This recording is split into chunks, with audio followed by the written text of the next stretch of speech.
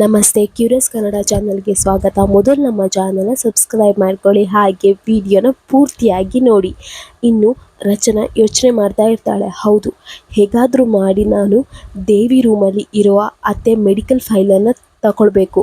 ಹೌದು, ಅವಳ ರೂಮಲ್ಲೇ ಇದೆ ಆ ರಿಪೋರ್ಟ್, ಅದನ್ನು ತಗೊಳ್ಬೇಕು. ಅದಾದಮೇಲೆ ಅದರಲ್ಲಿ ಏನಿದೆ ಅಂತ ನೋಡಬೇಕು, ಉಳ್ದಿದ್ದು ಮತ್ತೆ ನೋಡೋಣ ಅಂತ ಹೇಳಿ ದೇವಿ ರೂಮಿಗೆ ಯಾರೂ ಇಲ್ಲ ಅಂತ ನೋಡಿ ಆ ರೂಮ್ ಒಳಗೆ ಹೋಗ್ತಾಳೆ. ಹುಡುಕಿ ಫೈಲೆಲ್ಲ ಹುಡುಕ್ತಾ ಇರ್ತಾಳೆ. ಇನ್ನು ಈ ಕಡೆ ದೇವಿ ಗಾರೆ ಕೆಲಸ ಮಾಡ್ಲಿಕ್ಕಂತ ಹೋಗ್ತಾಳೆ. ಅಲ್ಲಿ ಅವಳಿಗೆ ತುಂಬಾ ಕೆಲಸ ಮಾಡಿ ಸುಸ್ತಾಗಿ ಮಲ್ಕೊಂಡಿರ್ತಾಳೆ. ಆವಾಗ ಆ ಕೆಲಸದ ಓನರ್ ಬಂದು ಹೇಳ್ತಾರೆ, ಏನಮ್ಮ ಮಲ್ಕೊಂಡಿದ್ಯಲ್ಲ, ಮೊದಲು ಕೆಲಸ ಮಾಡು ಅಂತ ಹೇಳ್ತಾನೆ. ಇನ್ನು ದೇವಿ ಕೆಲಸ ಮಾಡ್ತಾ ಇರ್ತಾಳೆ. ಇನ್ನು ಈ ಕಡೆ ರಾಣ ಮತ್ತು ಜೀವ ಕಾರಲ್ಲಿ ಬರ್ತಾರೆ. ಕಾರಲ್ಲಿ ಬಂದಾಗ ರಾಣ ಅವಳನ್ನು ನೋಡಿ ಕಾರ್ ನಿಲ್ಲಿಸ್ತಾನೆ. ನಿಲ್ಸ್ಕೊಂಡು ಯೋಚನೆ ಮಾಡ್ತಿರ್ತಾನೆ, ದೇವಿ ಅಲ್ವಾ ಇದು?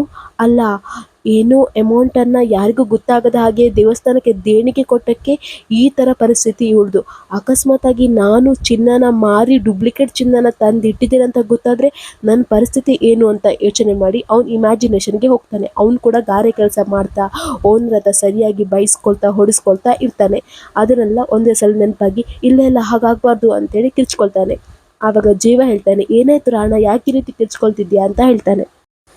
ಆವಾಗ ರಾಣ ಹೇಳ್ತಾನೆ, ಬ್ರೋ ಅಲ್ಲಿ ನೋಡ್ ಬ್ರೋ, ದೇವಿ ನೋಡ್ ಬ್ರೋ ಅಂತ ಹೇಳ್ತಾನೆ. ಇನ್ನು ದೇವಿ ಕೆಲಸ ಮಾಡ್ತಿರೋದನ್ನು ಜೀವ ನೋಡ್ತಾನೆ. ಜೀವಂಗೆ ನೋಡಿ ತುಂಬಾ ಶಾಕ್ ಆಗುತ್ತೆ. ಇನ್ನು ಜೀವ ಹೇಳ್ತಾನೆ, ಮೊದಲು ನೀನು ಕಾರ್ ಪಾರ್ಕ್ ಮಾಡು, ನಾವು ಅಲ್ಲಿಗೆ ಹೋಗೋಣ ಅಂತ ಹೇಳ್ತಾನೆ. ಇನ್ನು ಕಾರ್ ಪಾರ್ಕ್ ಮಾಡ್ತಾನೆ ರಾಣ. ಇನ್ನು ಜೀವ ಮತ್ತು ರಾಣ ದೇವಿ ಇದ್ದಲ್ಲಿ ಹೋಗ್ತಾರೆ. ಇನ್ನು ಈ ಕಡೆ ರಚನಾ ದೇವಿ ರೂಮಿಗೆ ಹೋಗಿ ಹುಡುಕಾಡ್ತಾ ಇರ್ತಾಳೆ. ಅವಳು ದೇವಿಯ ಬಟ್ಟೆ, ಅವಳ ಥಿಂಗ್ಸ್, ಅವಳ ಫೈಲ್ಸ್ ಎಲ್ಲನೂ ಎಲ್ಲ ಕಡೆನೂ ಚೆಲ್ಲಾಪಿಲ್ಲಿಯಾಗಿ ಬಿಸಾಕ್ತಾಳೆ. ಹುಡುಕಾಡ್ತಾನೆ ಇರ್ತಾಳೆ. ಆದರೂ ರಚನೆಗೆ ಆ ಫೈಲ್ ಸಿಗ್ತಾ ಇರಲ್ಲ. ರಚನಾ ಹೇಳ್ತಾಳೆ, ಅಲ್ಲ ಇಷ್ಟೆಲ್ಲ ಹುಡುಕಿದ್ರು ಫೈಲ್ ಸಿಗ್ತಾ ಇಲ್ಲಲ್ಲ, ಹಾಗಾದರೆ ಫೈಲ್ ಎಲ್ಲಿದೆ ಹೇಳ್ಕೊಂಡು ಯೋಚನೆ ಮಾಡ್ತಾನೆ ಇರ್ತಾಳೆ. ಇನ್ನು ಈ ಕಡೆ ಕನಕಾಂಬರಿ ಮತ್ತು ಭಾಮಿನಿ ಬರ್ತಾರೆ. ಆಗ ಕನಕಾಂಬರಿ ಹೇಳ್ತಾಳೆ, ಮೊದಲು ಹೋಗಿ ದೇವಿ ರೂಮ್ ಕ್ಲೀನ್ ಮಾಡಬೇಕು, ಅವಳು ಕೆಲಸಕ್ಕೆ ಹೋಗೋ ಗಡಿಬಿಡಿಯಲ್ಲಿ ರೂಮನ್ನು ರಾಡಿ ಮಾಡಿ ಹಾಕಿರ್ತಾಳೆ, ಮೊದಲು ಹೋಗಬೇಕು ಅಂತ ಹೇಳ್ತಾಳೆ. ಆಗ ಭಾಮಿನಿ ಹೇಳ್ತಾಳೆ, ಅಲ್ಲ ಅಕ್ಕ, ನೀನು ಯಾಕೆ ಹೋಗಬೇಕು? ಮನೆ ಕೆಲಸದವ್ರ ಹತ್ರ ಹೇಳಿದರೆ ಅವರೇ ರೂಮನ್ನು ಕ್ಲೀನ್ ಮಾಡ್ತಾರಲ್ವ, ನೀನು ಯಾಕೆ ಸುಮ್ಮನೆ ಹೋಗ್ತಿದ್ಯಾ? ರೂಪಿಡ್ ಹತ್ರ ಹೇಳ್ತಾಳೆ, ಅವಳೇ ಕ್ಲೀನ್ ಮಾಡ್ತಾಳೆ ಅಂತ ಹೇಳ್ತಾಳೆ. ಆಗ ಕನಕಾಂಬರಿ ಹೇಳ್ತಾಳೆ, ಬೇಡ, ಅವಳು ಕ್ಲೀನ್ ಮಾಡಿದರೆ ಸರಿಯಾಗಿ ಕ್ಲೀನ್ ಮಾಡಲ್ಲ, ನಾನೇ ಹೋಗಿ ಚೆಂದ ಮಾಡಿ ಕ್ಲೀನ್ ಮಾಡಿ ರೂಮನ್ನು ನೀಟಾಗಿ ಇಟ್ಟು ಬರ್ತೇನೆ ಅಂತ ಹೇಳಿ ಹೋಗ್ತಾರೆ. ಇನ್ನು ಅವರಿಬ್ಬರು ಕೂಡ ಹೋಗ್ತಾರೆ. ಇನ್ನು ಡೋರ್ ಹತ್ರ ಬರುವಾಗ ರಚನೆಗೆ ಗೊತ್ತಾಗುತ್ತೆ ಯಾರು ಬರ್ತಿದ್ದಾರೆ ಅಂತ ಹೇಳಿ. ಅಷ್ಟರಲ್ಲಿ ರಚನಾ ಅಲ್ಲೇ ಅಡಗಿಸಿ ಕೂತ್ಕೊಳ್ತಾಳೆ. ಇನ್ನು ರೂಮ್ ನೋಡುವಾಗ ಎಲ್ಲ ರೂಮ್ ಚೆಲ್ಲಾಪಿಲ್ಲಿ ಆಗಿರ್ತದೆ. ಬಟ್ಟೆಗಳು, ಫೈಲ್ಸ್ ಎಲ್ಲನೂ ಚೆಲ್ಲಾಪಿಲ್ಲಿ ಆಗಿರ್ತದೆ. ಬೆಡ್ ಮೇಲೆಲ್ಲ ಬಿದ್ದಿರ್ತದೆ. ಆಗ ಕನಕಾಂಬರಿ ಹೇಳ್ತಾಳೆ, ನೋಡು ಭಾಮಿನಿ, ಇದೇ ನಾನು ಹೇಳಿದ್ದು, ದೇವಿ ಕೆಲಸಕ್ಕೂ ಗಡಿಬಿಡಿಯಲ್ಲಿ ಎಲ್ಲನೂ ಅಲ್ಲಲ್ಲೇ ಬಿಸಾಕಿ ಹೋಗಿದ್ದಾಳೆ, ಮೊದಲು ಇದನ್ನೆಲ್ಲ ಕ್ಲೀನ್ ಮಾಡಬೇಕು ನಾವು ಅಂತ ಹೇಳ್ತಾಳೆ. ಇನ್ನು ಕ್ಲೀನ್ ಮಾಡಬೇಕಂತ ಹೋಗುವಾಗ ಕನಕಾಂಬರಿಗೆ ಕಾಲ್ ಬರುತ್ತೆ. ಆಗ ಅವಳು ಹೇಳ್ತಾಳೆ, ಭಾಮಿನಿ ನೀನು ಒಂಚೂರು ಕ್ಲೀನ್ ಮಾಡ್ತಿರೋ, ನಾನು ಹೋಗಿ ಕಾಲಲ್ಲಿ ಮಾತಾಡಿ ಬರ್ತೇನೆ ಅಂತ ಹೇಳಿ ರೂಮಿಂದ ಹೊರಗೆ ಹೋಗ್ತಾಳೆ. ಇನ್ನು ಈ ಕಡೆ ಭಾಮಿನಿ ಒಬ್ಬಳೇ ಗೊಣಗಾಡ್ತಾ ಇರ್ತಾಳೆ. ಅಲ್ಲ, ನಾನು ಇವತ್ತು ಯಾವ ಮಗ್ಳಲ್ಲಿ ಎದ್ದಿದ್ದೇನೇನೋ, ನಾನೇ ಹೋಗಿ ಸಿಕ್ಕಿ ಬಿಡ್ಬೇಕಾ? ಇದೆಲ್ಲ ನಾನು ಒಬ್ಬಳೇ ಕ್ಲೀನ್ ಮಾಡಬೇಕಾ? ಇವರೊಂದು ಈಸಿಯಾಗಿ ನನ್ನ ತಲೆಗೆ ಕಟ್ಟಿಬಿಟ್ಟು ಇದನ್ನು ಕ್ಲೀನ್ ಮಾಡು ಅಂತ ಹೇಳಿ ಹೋದರು ಅಂತ ಹೇಳಿ ಗೊಣಗಾಡ್ತಾ ಕ್ಲೀನ್ ಮಾಡ್ತಾ ಇರ್ತಾಳೆ.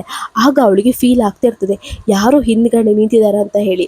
ಇನ್ನು ಹಿಂದ್ಗಡೆ ನೋಡುವಾಗ ಅಲ್ಲಿ ಯಾರೂ ಇರಲ್ಲ. ರಚನಾ ವಾಶ್ರೂಮಲ್ಲಿ ಹೋಗಿ ಬಚ್ಚಿಟ್ಕೊಳ್ತಾಳೆ. ಇನ್ನು ಅವಳು ಕ್ಲೀನ್ ಮಾಡ್ತಾನೆ ಇರ್ತಾಳೆ. ಆದರೂ ಅವಳಿಗೆ ಗೊತ್ತಾಗುತ್ತೆ ಯಾರೋ ಇದ್ದಾರೆ ಅಂತ ಹೇಳಿ. ಆಗ ಅವಳು ಹೇಳ್ತಾ ಇರ್ತಾಳೆ, ಅಲ್ಲ ಈ ರೂಮಲ್ಲಿ ಯಾರಾದರೂ ಇದ್ದಾರಾ?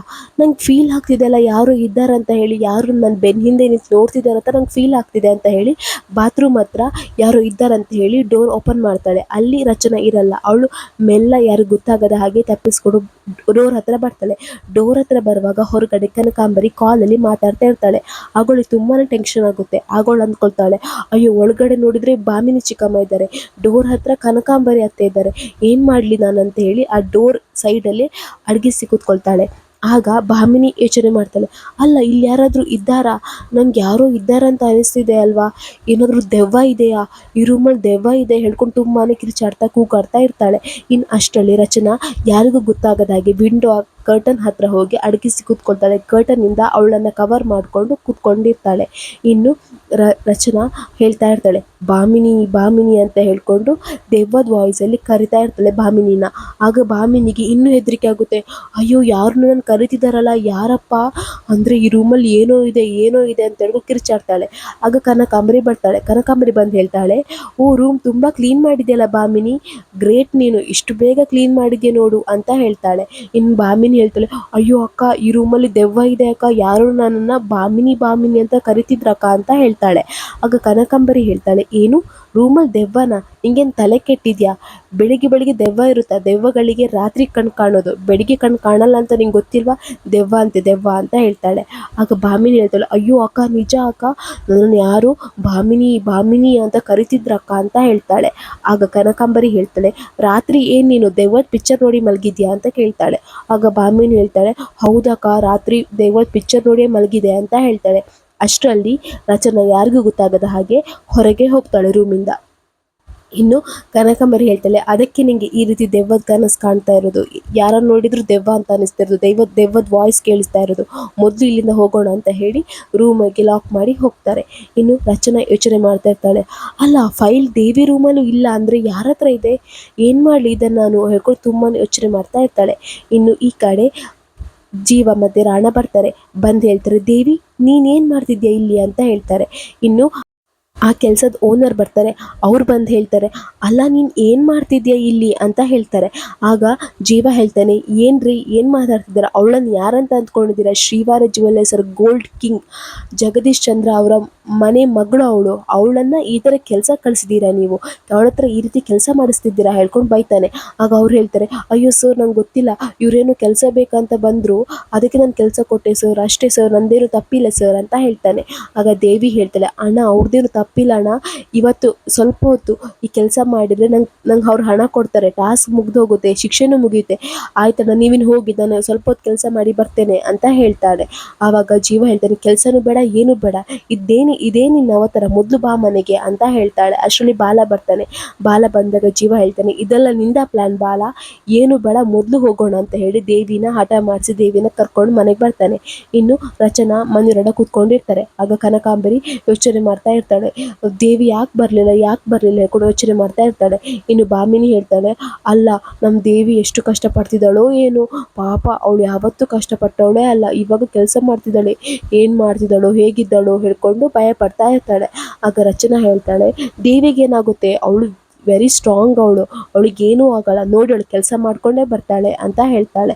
ಇನ್ನು ದೇವಿ ಮನೆಗೆ ಬರ್ತಾಳೆ. ಜೀವ, ರಾಣ ಎಲ್ಲರೂ ಮನೆ ಬರ್ತಾರೆ. ಆಗ ಕನಕಾಂಬರಿ ಹೇಳ್ತಾಳೆ, ಏನು ದೇವಿ ನಿನ್ನ ಪರಿಸ್ಥಿತಿ, ಏನೇನು ಇಷ್ಟು ಟಯರ್ಡ್ ಆಗಿದೆಯಲ್ಲ, ಏನು ಮಾಡ್ತಿದ್ಯಾ, ಏನು ಕೆಲಸ ಮಾಡಿದ್ಯಾ ಅಂತ ಹೇಳ್ತಾಳೆ. ಆವಾಗ ರಾಣ ಹೇಳ್ತಾನೆ, ಅವಳು ಗಾರೆ ಕೆಲಸ ಮಾಡ್ತಿದ್ಲು ಚಿಕ್ಕಮ್ಮ, ಗಾರೆ ಕೆಲಸಕ್ಕೆ ಹೋಗಿದ್ಲು ಅವಳು ಅಂತ ಹೇಳ್ತಾಳೆ. ಆಗ ಮನೆಯವರುಗಳು ತುಂಬ ಬೇಜಾರಾಗುತ್ತೆ. ಆಗ ರಚನಾ ಹೇಳ್ತಾಳೆ, ಹೌದಾ, ಹಾಗಾದರೆ ಸಂಬಳ ಕೊಡು ನೋಡೋಣ ಅಂತ ಹೇಳ್ತಾಳೆ. ಆಗ ಜೀವ ಹೇಳ್ತಾನೆ, ಏನಕ್ಕೆ, ಏನು ಶಿಕ್ಷೆ ಬೇಡ, ಏನು ಸಂಬಳನೂ ಇಲ್ಲ, ಏನೂ ಇಲ್ಲ, ನಾನೇ ಅವಳನ್ನು ಕೆಲಸ ಮಾಡೋದು ಬೇಡ ಹೇಳ್ಕೊಂಡು ಕರ್ಕೊಂಡು ಬಂದೆ ಅಂತ ಹೇಳ್ತಾನೆ. ಆಗ ದೇವಿ ಹೇಳ್ತಾಳೆ, ಹೌದತ್ತಿಗೆ, ಇನ್ನು ಸ್ವಲ್ಪ ಹೊತ್ತಿದ್ದಿದ್ರೆ ನನ್ನ ಕೆಲಸನೂ ಮುಗಿತಿತ್ತು, ಅವ್ರು ಸಂಬಳನೂ ಕೊಡ್ತಿದ್ರು, ಆದರೆ ಅಣ್ಣನೇ ಹಠ ಮಾಡಿ ಕರ್ಕೊಂಡು ಬಂದ ಅಂತ ಹೇಳ್ತಾರೆ. ಆಗ ರಚನಾ ಹೇಳ್ತಾಳೆ, ಅದೇಗೆ ಆಗುತ್ತೆ, ಶಿಕ್ಷೆ ಆಗಲೇಬೇಕಲ್ವ, ಎಲ್ರಿಗೂ ಒಂದೇ ತಾನೇ ರೂಲ್ಸ್ ಅಂತ ಹೇಳ್ತಾಳೆ. ಆಗ ಅವ್ರ ಮಾವನು ಹೇಳ್ತಾರೆ, ಹೌದು, ಎಲ್ರಿಗೂ ಒಂದೇ ತಾನೇ ರೂಲ್ಸ್, ಶಿಕ್ಷೆ ಆಗಲೇಬೇಕಲ್ವಾ ಅಂತ ಹೇಳ್ತಾರೆ. ಆಗ ಜೀವ ಹೇಳ್ತಾರೆ, ಶಿಕ್ಷೆನೂ ಬೇಡ, ಏನು ಬೇಡ, ರಚನಾ, ನೀನು ಮೊದಲು ಇವಳ ಹತ್ರ ಸಾರಿ ಕೇಳು, ಇದೆಲ್ಲ ಆಗಿದ್ದು ನಿನ್ನಿಂದ, ಶಿಕ್ಷೆ ಹಾಗೆ ಹೀಗೆ ಅಂತೇಳಿ ಈ ರೀತಿ ಎಲ್ಲ ಆಯಿತು, ಮೊದಲು ನೀನು ಅವಳ ಹತ್ರ ಸಾರಿ ಕೇಳು ಅಂತ ಹೇಳ್ತಾಳೆ. ಇನ್ನು ರಚನಾ ತುಂಬಾ ಬೇಜಾರು ಮಾಡ್ಕೊಳ್ತಾಳೆ. ಆಯಿತು ಅಂತ ಹೇಳಿ ಸಾರಿನೂ ಕೇಳ್ತಾಳೆ. ಆದರೆ ರಚನಾಗೆ ಗೊತ್ತಿರ್ತದೆ, ದೇವಿ ಪ್ಲ್ಯಾನೇ ಬೇರೆ ಇದೆ, ಅವಳು ನಿಜವಾದ ಮುಖನೇ ಬೇರೆ ಇದೆ ಅಂತ ಹೇಳಿ ರಚನಾಗೆ ಚೆನ್ನಾಗಿ ಗೊತ್ತಿರ್ತದೆ. ಇಲ್ಲಿಗೆ ಈ ವಿಡಿಯೋ ಮುಗಿಯುತ್ತೆ. ನಮ್ಮ ಕ್ಯೂರಿಯಸ್ ಕನ್ನಡ ಚಾನಲ್ನ ಸಬ್ಸ್ಕ್ರೈಬ್ ಮಾಡ್ಕೊಳ್ಳಿ.